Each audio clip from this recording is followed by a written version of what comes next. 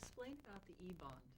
Okay, Measure E bond. Measure E bond was a bond put up on the ballot for the voters to vote on, allowing the school to attack. It was a tax, so the YCC board could actually have, the district. I shouldn't say the board, but the district could have money to build a better campus for its community. So it was an issue of taxpayer money going directly into the community college. So directly into the community, something that they could see a direct response to their money.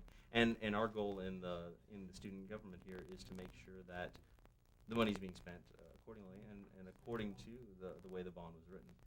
I noticed that there's a huge building being built over there, or has been built. On the West Campus, you mean?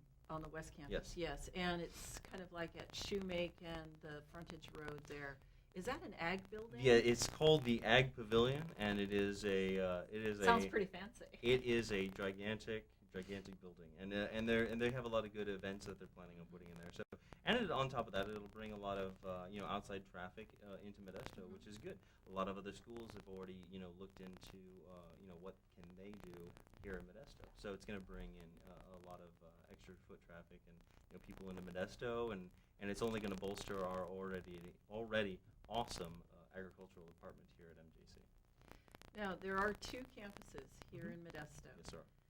Does one give lessons in one sort of field and one in another, or do they work together? So you take some classes at one campus and some classes at another, or are they specific classes at each campus? Well, right now, before the new buildings were really being put up on the West Campus and even on the East Campus, some of the newer buildings, or the revamp of some of the new buildings, it was kind of a back and forth mix of what classes were where. They tried to keep you on one campus or another, but I think really with the new science buildings, new math and science building, and with the Ag Pavilion, with all the new buildings that are going up, they're actually trying to split the population and really make it focused on, if you're taking this particular major, you'll predominantly be on one campus or predominantly on another. Easier. So yeah, it'll cut down on the need to have to go back and forth. It'll cut down on the traffic problems. It'll cut down on the parking problems.